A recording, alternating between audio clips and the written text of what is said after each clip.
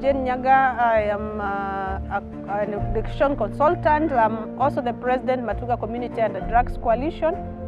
And in the community, we have been facing various challenges, especially with the drug use. Also, we had children missing school due to the fact that at times they are sick and the family could not afford medical care. So when we got Carlton Hall consulting firm with Nyaga coming in to assist, we identified 19 families that were suffering due to the fact that they were lacking medical care. The 19 households were identified based on their ability to provide for themselves. We identified out of them, 10 of them were widows who were left behind by their spouses, and they had children who were in school. Some others, and we had one who has a child who has a terminal illness, so that child requires medical assistance all through. And others were because of the fact that they lost jobs and some did not have anything to sustain themselves. So before the medical cover came in place, we had children lacking medical cover, so medical attention, and therefore they would lack even basic food, because most of them, the funds would go to them seeking medical attention.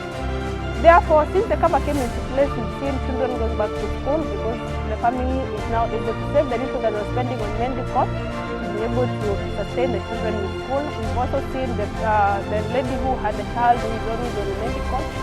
The family now is at peace, because at the end of the day, they're able to get the child to Coast General Hospital, where the child goes for monthly tests and upkeep, because the child has to be on life support or she has to take medication on a monthly basis. Generally, I want to appreciate the Nyaga, also Carlton Hall, because women empowerment. Our community, being from Matuga sub-county, we are an agricultural society, or most of the farmers, we rely on agriculture. And therefore, most of the households, especially with the corona the pandemic, most of the households lacked basic needs. And therefore, when we had the medical cover coming into place, at least now the households are able to channel the little funds that they have to taking care of other basic needs.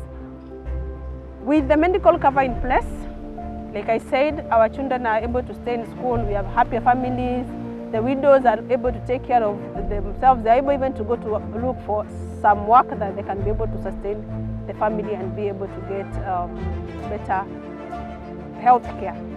So my plea would be in the future, if we can be able to have more, because we had only 19 women getting the cover from Matuga sub-county and 19 from Sambweni sub-county.